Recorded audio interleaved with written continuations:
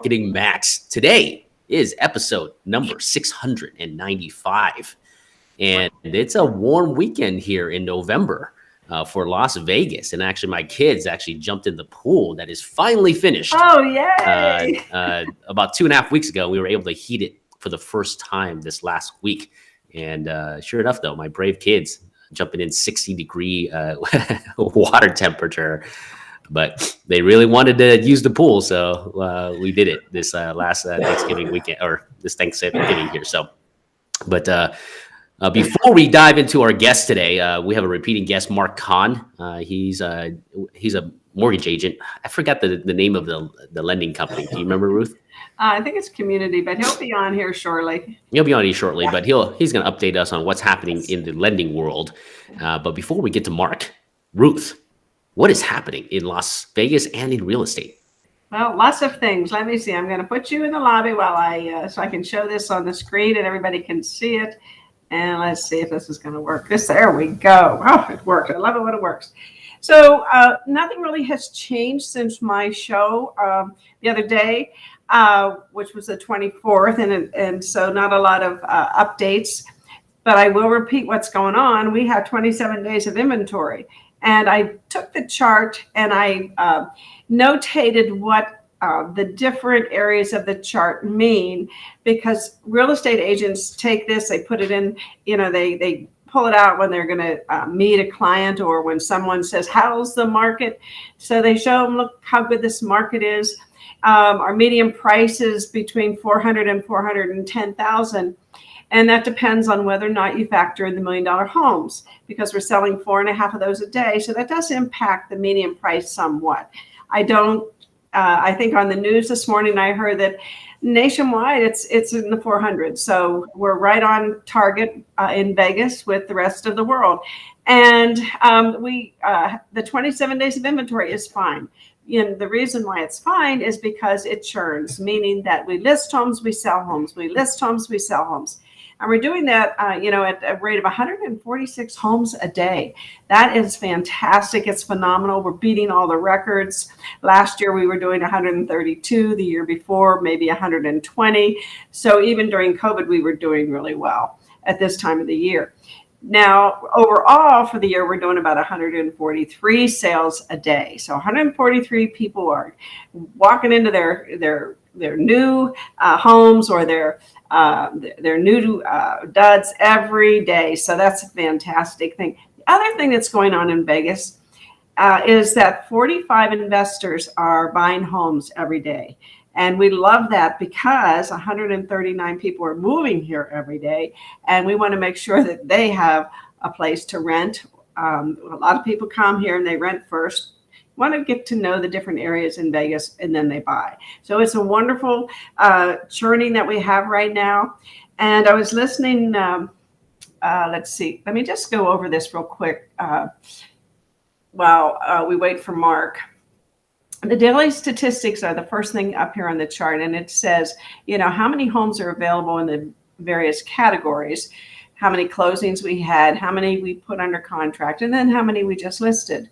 And then we go down here to the next section, and it says the single family homes 400 and under that were just listed, and how many total under 400,000 there are. And then we go down here to the daily stats, the homes sold a month to date in Clark County. And of course, that's where I get my 146 daily sales. Those are actual closed transactions with a median price right now of 410,000. Last year, it was 347,000. So if you bought your home in December last year, you have made about $50,000 or $60,000, depending whether you bought the median price. But no matter what you bought, across the board in the country, homes have appreciated 14% this year. Incredible. The normal percentage over time is usually 5% a year, but we are breaking all the records, and we don't see that slowing down at all. Here I go down here to tell you, about these are the investors that are buying the 45 homes a day. When you go up to the second column, it has the median price, how many $1 million homes are selling, and then the important thing for sellers is the equity they have based on when they bought their home. And we haven't seen a market like this since 2006. I mean, the buyers are coming out of the woodwork. I'm going to get you back up here so we can discuss this a little bit. And let me hide that. Oops, there you come. Oh dear, there we go. Okay. And the great news, it looks like it's these are real buyers now. It's not like investors are picking up 2, 3, 4, 5 homes, with 0% down. No. So the demand is actually very real with real people who need homes. Yes. And it's probably a combination of a couple of things, right? One, the builders learned their lesson in 2008, 2007, 8, and 9 through the financial crisis and didn't, overbuild across the country. And then also the millennial generation kind of, because of that Great Recession, they lived with their parents for a much longer extended period of time. They delayed having families, and now they're starting to have families. Everybody's saying, real estate crash is coming. I'm thinking, probably not. Right. One of the things that people don't realize, within the next 5 to 10 years, the millennial generation is turning 35 and 40, which typically they will start having families. And maybe they're having families even later, but there's going to be a big boom here because they are larger than the baby boom generation. And so it's going to be a lot of homes need to be built. Yes, a lot of homes need to be built, and this the supply chain doesn't help right now because builders are waiting for materials, and closing dates are getting pushed back a little bit. They are getting pushed back, going up, but it'll all work itself out. It always does, and this market is just incredible. And the 3 most asked questions. The number 1 question is, is there a bubble? Well, okay, this is not a bubble, and we post this all the time so that the realtors can hand these out to people, telling them why this is not a bubble. And you hit on one of the main things, and that is the millennials are coming into the market. Right. And now what we heard on the news recently, the foreign investors are coming back to buy homes and to move here even. So, that's awesome, right? Yeah, I mean, so there's nothing, and the pent up buyers that were waiting, and now the interest rates are inching up a little bit. So, which is the second most asked questions. Is it time to buy now, or is it time to refinance my home? And so those are things that are going to continue to churn our inventory and keep the prices not going to go down. Nope. And the interest rates will go up, though, so that's going to be the issue, and we'll talk to Mark about that when he jumps on here in just a few minutes.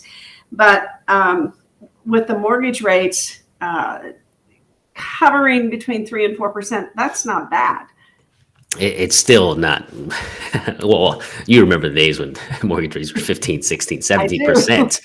I do. So we're not even close. And I remember during 06, 07, 08, 04, 05, 06, 07, 08, I mean, prime borrowers were paying 5.25%, 5.75%, 6%, in some cases. So we're still anywhere between, 50 to, 40 to 50% less than even the times before the bubble happened in real estate in 08.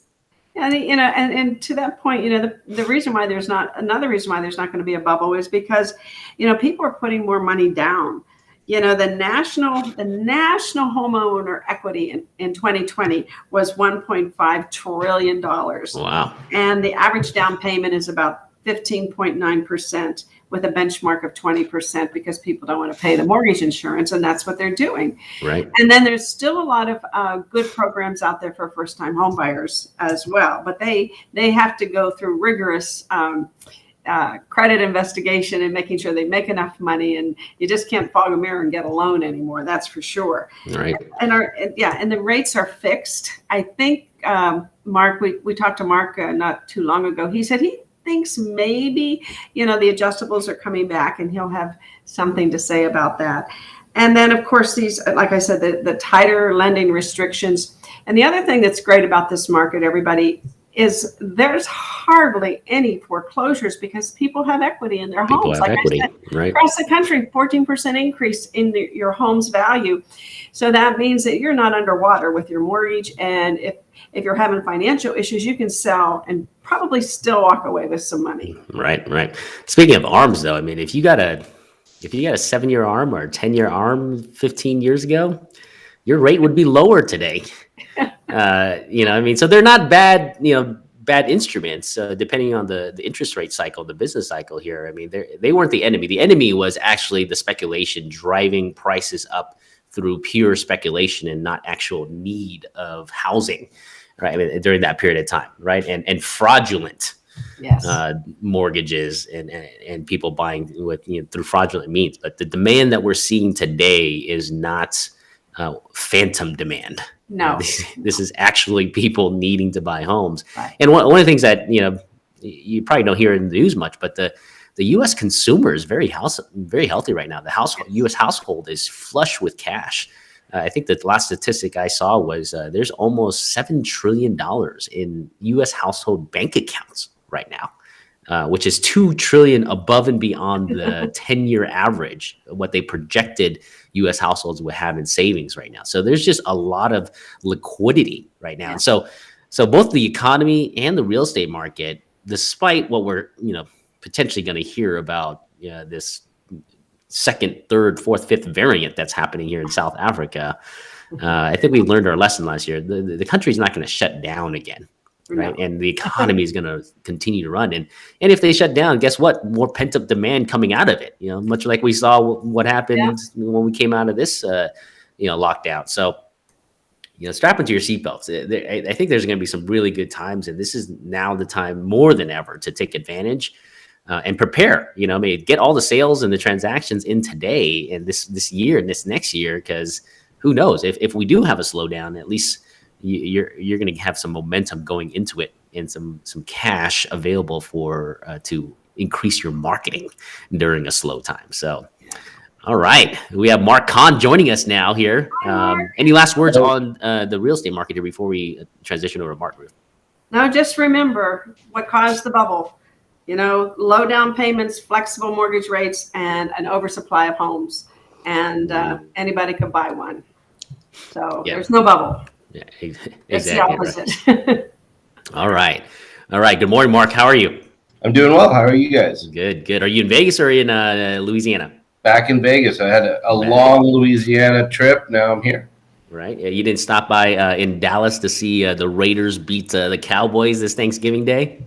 No, but I had liked that result a lot. Yeah, I didn't bet on him. I know.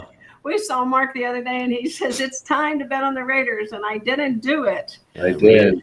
Raiders were underdogs by -7 points, and they ended up winning outright. So, So Mark, remind us a little bit which mortgage company you're with, and just a little bit of background for the people who are going to see you for the first time today. With Community Access Lending, we're a wholesale mortgage lender here in Las Vegas. I personally am also licensed in Louisiana as well, but we do multiple states through that office. California and Florida, I believe, are other main ones. What I like to do is kind of share what's going on in the mortgage market. Yeah. Which we had since we've last talked. We've had a real nice, up, down, including on Friday, which was a little unexpected with, all the rates melting down because of this variant scare. Even though I love the positivity, I don't think we're going to have a lockdown as well, but that was, everything across the wire you were reading was, this country, that country is going to, shut down the flights and do this, do that. So the 10-year bond really was impacted. It went down almost, I think, 8-9% one day. Wow. Yeah. But it's been going the opposite way, probably for the last 6-7 sessions. So we've had a lot of rate worsenings that finally, one day came back. You can lock over the weekend. So this weekend is a very kind of speculative one because most lenders will hedge over a long weekend like this. Mm-hmm. But if the news is starting to be positive, you can only suspect the 10-year, the yield's going to go back up. All this positive news is, driving a rate hike sooner. Any negative news pushes the rate hike farther. You got to explain that to us. So any negative news, meaning a COVID variant, lockdown, or whatever, will cause rates to go down. Well, they've said that we're going to have a rate hike. We're not going to have a 0.25 Fed fund rate for eternity. Right. So when does that start happening? That's the whole key. So there's bets on that. There's actually futures markets So they were betting on 2 rate hikes in 22. Now they're betting on 1 rate hike, and they push it out from, I think, June to July or June to August. Right. I'd have to read the article. But that's because of the negative news, right? As everything's positive and dovish and, that we're just going to keep, rolling along, they have to. I mean, or else inflation is going to, outweigh everything that we're trying to gain by low rates. Sure. So what is happening right now? I mean, as far as like programs, any exciting programs or? I got one new one. Yeah. For a W-2 wage earner only, they're now going 95% one loan jumbo. Wow. Yep, 720. They're making it hard to get in. 720 minimum. No self-employed. It's just kind of a real skinny box, and if you can fit in, you fit in. But the rate's not bad at all. 375, 3875, 4. Depending because as your score goes higher, it gets a little better. Got it. But it's no mortgage insurance. No mortgage. I was going to ask you that. No mortgage insurance? No, that's why it's a higher rate. Kind of eats it up. So this is like a non-QM type of loan where not Exactly. Fannie Mae, Freddie Mac? Okay. So some investor in the background is buying this paper out. Yeah, and we have 90%, all day long with no PMI, but that's the only one I know that's going to 95 that I can offer. That's not said that there's not another one out there, but I like to try to be on top of new programs like that. So that's the newest one I've seen come out that's appealed to me. And what was the rate, Mark? It's anywhere between, we'll just say, let's just call it a little higher. I hate going low. Let's say 3.875 to 4.125. But you saw that, with the borrower paying points.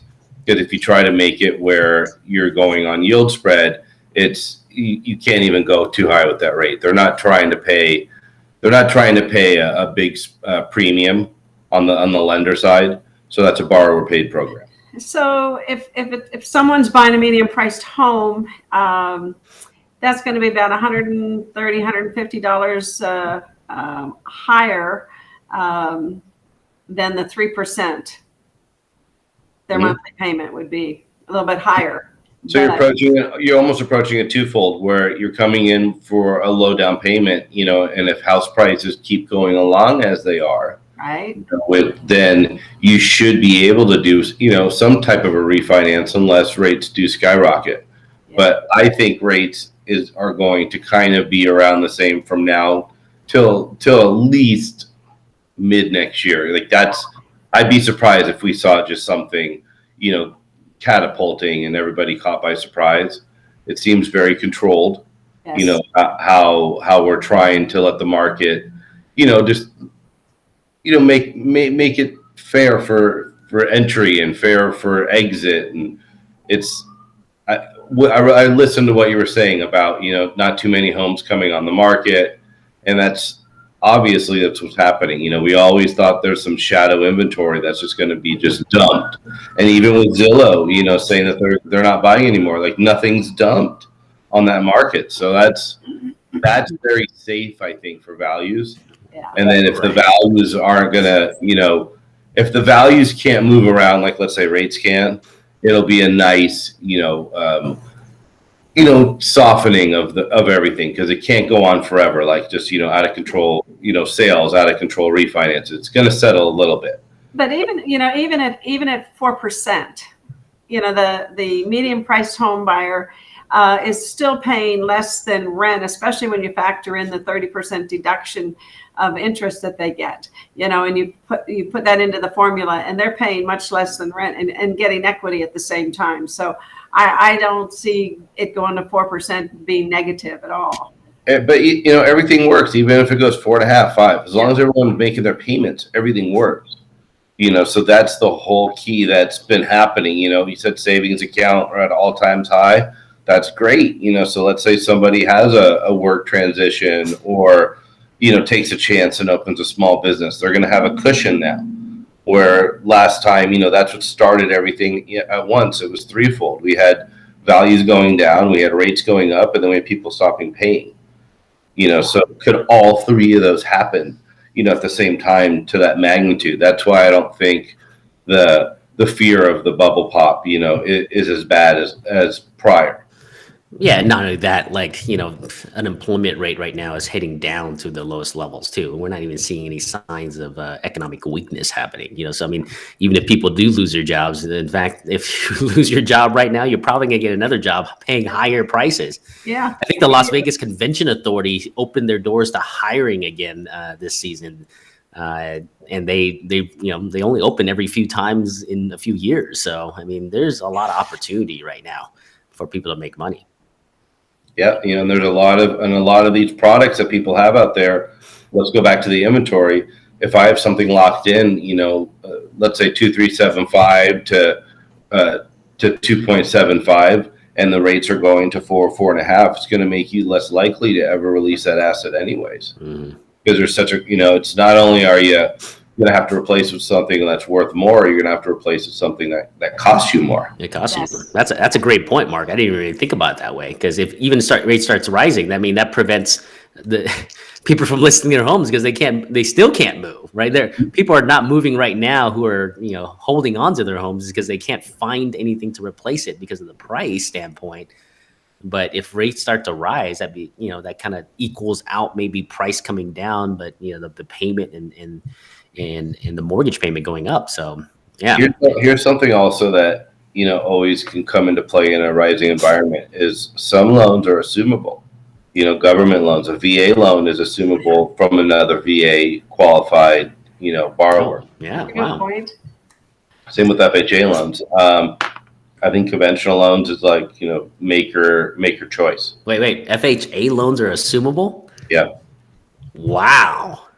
So that's something that's deep down, in the guidelines and all that. I've never had one even go there, and all the time. And we've talked about it before with, rates going up. How nice would it be to sell your house with, a lower rate attached to it?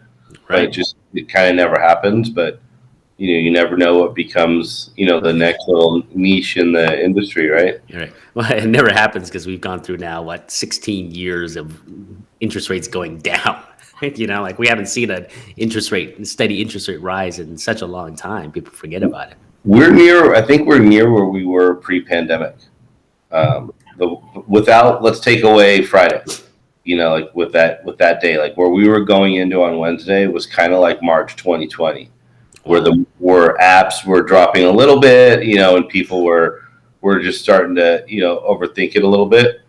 And then we had the reset on Friday. So Monday is going to be a humongously important day, I think. Tell us a little bit about from a volume standpoint, right? I mean, with the potential rates rising, what are you hearing in the lending world here about how many is there a huge slowdown in applications? Obviously. Recently, no. I kind of just I talk with my colleagues. There's certain loan officers that I've known have done it for decades as well. So we'll talk, and there was a really big increase. So for me, I'm a little refi predominant. So I had a lot of cash out applications kind of come in, but I had a lot of friends tell me that their purchase applications were just out of nowhere, like offers were getting accepted. So I'm not sure if, could that be that someone needs to, have a sale? It's convenient to have the sale this year versus next year. And, but always December is going to be a little bit of a slowdown month. We lose so many business days. Right. Going through. And you can't expect, you have to be real. Everybody's also thinking about holidays, and this is kind of like a double holidays, I think. So you have, whatever, just normal life tasks that's going on. So I try to get everything I can done in like the first 15 days of December. Mm-hmm. And then anything that kind of glides in after, I'm more setting up my new year from that point on. Yeah. It's a tough month to compare. Right. There was an interesting statistic that Ruth showed. I think less than I saw that less than a 40% of all transactions or homes available here in Las Vegas, Ruth, were under 400,000. Less than 40%. Mm-hmm. So 60% or more or over 400,000. And if you're looking at from a lending program standpoint here, Mark, are you seeing a lot more jumbo loans now? And what is the Fannie Freddie conventional limit right now? They're estimating it was 548, 200 or 250, and then they came out with something about a month ago saying that they'll take loans up to 625,000 in Clark County. Wow. Los Angeles, you can go even higher. Sure. Higher, but out here 625. So, you got a house, around 660-ish now that you can go to conventional. But the key out here, I've said it on a call before, is getting that FHA limit up, because we're at 352. So it's almost, think about it, it's almost half. It's a little limit, right. It's a little, I'm exaggerating, but if you could get that set, that's what's going to bring up the bottom rung of these homes, that are kind of like sitting and because I look at the searches too. And I just think if you can have a less qualified borrower, because it's their first time home, to buy a little bit more instead of buying a home that they just can't wait to get out of, as and it happens, Yes. and it's just the progression of a house, right? But if they could afford a little bit more on that loan, they could get into a home that they probably will equity build in, and actually last in that loan and watch the PMI drop off one day. Right. And actually do renovations and stay in the home and make it better too, instead of like just getting into entry level home, not even caring about it, trying to hopefully flip it in a year and a half or 2 years once their either credit score or their situation gets better. Yeah.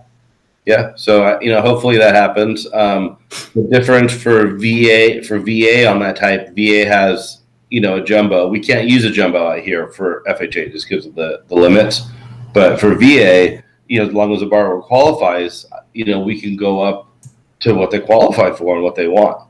Mm-hmm. So it's a little different. That loan, I think you'll see some changes this coming year, but 625 seems fair for the conventional. There's rumored it could be more. I doubt it'll be less. Yeah, well, it can't be less because prices have steadily risen, right? They'll just self-service those loans for a while. So let me ask you here, Mark. You're around during the financial crisis, right? The mortgage crisis, and let's say, so was I. I was a wholesaler for Countrywide Mortgage, now Bank of America. So during that time, business was so like we were making money hand over fist. And there was more business we had than anything. And so we were really kind of blindsided by the whole thing. Even Ruth, right? 20 something plus years in real estate. And her and John were like, she tells us, right. It just happened to her. I'm like, it kind of blindsided. What were do you recall, did you see any red flags, during that period of time? And how were you approaching kind of this new period of time where, there's a suspect of maybe, something like that repeating again? So that's, before like that whole triple whammy of appraisals not hitting, rates going up, programs, leaving the board, and people not paying, I don't know. I just don't see all of it happening at once. If rates are going up, it's something that only because we've been in the business. I remember when 4% was, you were happy when it went below that on the 10-year, and then 3%, and then all of a sudden it's like below 1%. I was a political economy major at Tulane, so we studied LIBOR and all that stuff. So even in back in the adjustable days, with option arms and all that was tied to LIBOR, that going up wasn't, oh my God, it's never happened before. It's like, you got to hold on for the ride because that's what LIBOR may do. And you got to, you average it over an annual basis, not just there's 3 months that I'm getting killed on it, because there's factors that weight it. So this time, what do we have? We have the Fed printing money, which didn't happen before. If they do another, you don't have to pay your mortgage thing, that definitely throws a wrench in the pie too, because that's something that I still think it's getting worked out, from people who, are finally like over their forbearances or still may sell, just to catch up. I've heard of, on the side agreements from these mortgage companies where, you owe the 18 grand and you got to pay it over a set amount of time and you go back to normal on your normal mortgage. It's kind of unwritten past. We didn't have that.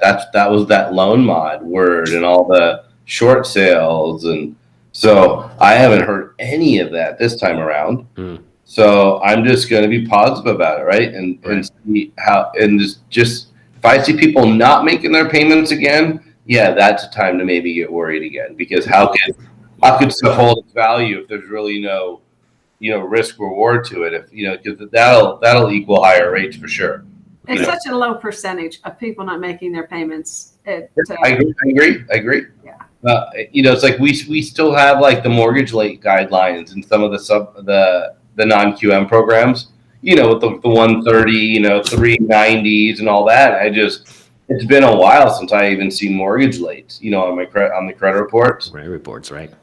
And that's important, like that's like the number one thing that makes everything go round is borrow the money, make the payment, honor that contract, and then either you pay it off, refinance it, either or, have no other result. Then everything can kind of stay, I think, a little more fair, because that had to be priced in before when those rates were getting higher and people were defaulting, and for them to start steadily coming down, sparked everything. Mm-hmm. For you to be able to borrow, sub 3%, $1 million, that was unheard of before, unless you had, millions and millions in the bank. So it's kind of, let's positively, I think a positive move forward is just, people, Ruth, and you can see this too, like when you have a house that may have been listed, sold a year ago, and there's a 50% increase in that listing, and it's in contract, not only is it outrageous, someone still doesn't think it's outrageous enough, and then it makes it a little bit difficult on the lending side, because you're starting to see that a little bit. Like I have seen a couple shortages come in, recently, and it's worked through. Like there's been good communication where the appraiser reaches out to the listing agent, they provide their comps, that they kind of can make their case for. We're kept completely out of it, and then it kind of ends where it ends. Because I've been in this market, right, when there is a top of like, okay, well, if you're sold for $1 million, I'm going to go $1.2 million, and then someone may want it if your house is awesome. But then the house that's really average that sees that $1.2 million and then tries for $1.3 million, then that's when you run into the issues. All right. I'm curious, Mark, have you ran into anyone that still has like a pay option ARM that you I know one guy recently? I do know one guy. Yeah. Yeah. He's better off right now, right? I mean, that in 06. He was crushing it. I mean, there's still a floor margin. It was like 175. Right. So even when it was at 0.1, yeah, he was crushing it. He's crushing it. That principle. Yeah. I mean, everybody, demonized that, but it was because there was fraud and, I still think it's going to come. So mark my words. Now you have okay. So let's go way back to what you're saying. You got money in the bank, right? Right. All time high. House has got equity that, everybody's got equity if you bought in the last, year or less. Right. Okay. So, and then you got high credit scores. Those are all three factors of my option arm back in the day. Because you qualified, it was a stated product, but you needed assets for reserves and you needed a high credit score. So could it come back, and help a payment?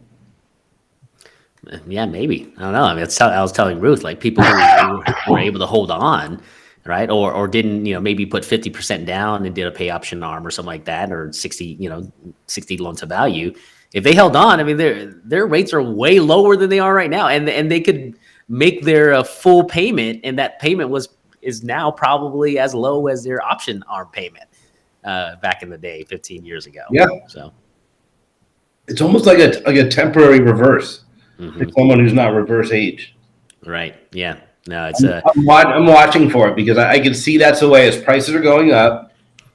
I got a ton of money to put down, but I want to keep my debt service low. Option arms is perfect. Yeah, well, I can tell you right now, a lot of the multi-millionaires, in retirement, right, they're not tapping into their investments. They're actually leveraging and putting a margin and collateralizing their assets, and getting a 2.5-3% rate, taking out their to stream their income instead of selling out of their investments, in which they'll have to pay anywhere between 15 to some cases 35-40% capital gains taxes. So I think one of my best loans out there is an investment jumbo 30-year fix. I can get literally in the we'll call it high threes, but you could take out that money. If you're using money, if you're borrowing at less than the rate that I'm going to give you for 30, and you put it that could be a down payment investment vehicle for somebody, right. So they can turn money that was maybe getting single digits and turn it into a double digit cash flow return.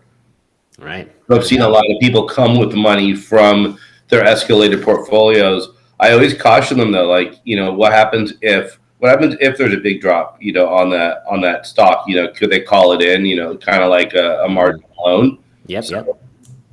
As long as The answer is they can. Yeah. As long as they understand that, because I want them to know, like, it's a lot different from when, like, I lend money, right? Like, it's correct. Weird where we got nothing to worry about. Value goes down. That's kind of part of the game. Correct. And they can change it on the fly. That's the thing, is like these financial institutions they have a curtain, a rate in which they need to maintain as a value versus the debt service, but it can change, and then you're basically subject to their regulations and rules. I'm watching also the Helocs. If I hear any stories about people having their credit line lowered or something that unused amount, I have not heard any of that. Nothing. There's no fallout from this whole Wells Fargo thing exiting the Heloc world. No one's really done anything else to follow them. Well, it's so great because like when you were in the business, Wells was such a player. They had wholesale, they had everything. And it's like no more. You don't hear about them anywhere. Yeah, it is interesting. So I'm glad I didn't take that route to go work for Wells Fargo as a mortgage agent. But. Yeah. Well, I just wanted to interject here. What we're seeing and listening or hearing from the people coming from California, a lot of them are investors there, and they are refinancing their investments, to your point about the investor loan, and bringing their money here and moving here, but leaving their investment there. Okay. Just refinancing to get the money out. Because I think selling in California, you get a big hit. They have that franchise tax and their other taxes. So that's bringing a lot of the $1 million home buyers here as well. Because we're doing 4 times the number of $1 million home sales per day than we did last year. So you know how you had mentioned if I know anybody with option arms still. Mm-hmm. So in California, remember they have Proposition 13, way back when. Right. So you buy your house, let's say when we were born, and your property tax was $2,400 for the year, and now that house is worth $3 million. You're still paying, $2,900 or something like that. Now the new guy that buys it is going to pay $32,000, $33,000. So that's the weird barrier there too, because they know if they buy something else, not only are they going to get stuck with that mortgage payment, that impound part of it. It just Vegas, we don't have that out here. We just have kind of the steady increase. Yeah, and I know some with cheap taxes like that. Also Idaho and South Dakota, their prices have gotten so high that now people are considering the Southwest again. I thought that's bringing more people here. Right. We got better weather. I don't know what you're doing moving to Idaho. You like shoveling snow, especially if you're from California. You're going to be in a surprise. So It's easier to adjust 110 degrees summer than it is -10 winters. Yep. No, that's pretty interesting. And I didn't even think about that. I mean, that Proposition 13 is a big. That's one of the reasons why home prices are skyrocketing in California over the last how many years, is because people are not letting go. I mean, the owners are not letting go of their homes; they're just staying in there. Because you're absolutely right. I mean, if you buy your home, my best friend in high school, I mean, his parents bought it in like 1956 for like $34,000 in Huntington Beach, right? And now it's worth $1.5 million, 1,800 square feet home. And so, and their property taxes is probably $700 or something like that. I don't know, but I used to see titles and we would wonder if there's a mistake. Right. Like you look at it, like, what do you mean it's just this? And then you see the age and. Yeah, actually, that's a good strategy. If I'm a Californian right now and I own, $1 million home, and if I have $600,000-$700,000 in equity, I would not sell that home. I would refinance that home, right? Get it to a point where maybe you get some cash flow and maybe a bit of a cushion if the economy dips here. But you're probably going to get a mortgage payment that's much less than what you can charge in rent, and then take that additional equity and move to Vegas. And California has even more unique programs than we have in Vegas. Like we have a lot of like weird stated rules, and California opens it up a little more. So 40-year terms are more common out there. Even like 1 month, 3 month, bank statement programs they'll do out there. Wow. Yeah, that's a wide open state. Nevada, no way. You have to always look at the states, licensed in, or where is this program allowed in, because most of the time Nevada won't be on there. Right. No, that's some interesting stuff. But it sounds like the real estate market healthy, lending market healthy. You're not seeing any red signal or red flags here from a default standpoint. And yeah, that's a good point you make. One of the first things we started seeing in the mortgage business was first month of defaults rising, and we knew that was a for sure sign that the mortgage industry and the real estate market was going to come to halt. They'll call us like if it's been a long time, but you'll get a call saying that, hey, the Smith loan hasn't made their first payment yet. Can you reach out? And you're just like, you don't realize it's kind of like part of the deal. Mm-hmm. But yeah, it's part of the deal. Yeah, it is part of the deal because your commercial line, it depends on it. Yeah, that's a rare one. It's been a while, but yeah, if you see those, no good for sure. Right. Isn't there some type of a guideline that if the borrower doesn't make a payment in the first 6 months, it's on you, Mark? Not only that, if let's say they sell the home or refinance the home, the commission earned it. So that's why the lender paid commission. That's the soft prepay we get on our side. Let's say the borrower isn't ineffective or anything, but yeah, you don't want anybody coming in and out of the loan that quick. That's not good. On government loans, it's hard to do. You can't do it on a refi. You can only do it on a sale. But sometimes stuff happens, uncontrolled, and the lender will work with you sometimes depending on the business you do with them. And let's say it happens in month 5, the home sells. And then you said the job transferred them, that they got a promotion. It wasn't like they just got the new loan, put their house up for sale the next day. It was like unexpected, kind of like a one-off. Right.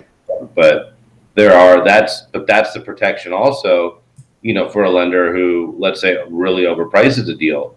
If the market rate's 3 and he's putting people at 4.5 because he's got a referral, he has to worry that in the next 6 months, if that person meets somebody who's offering 3, that they might do it. Yeah. So it goes both ways.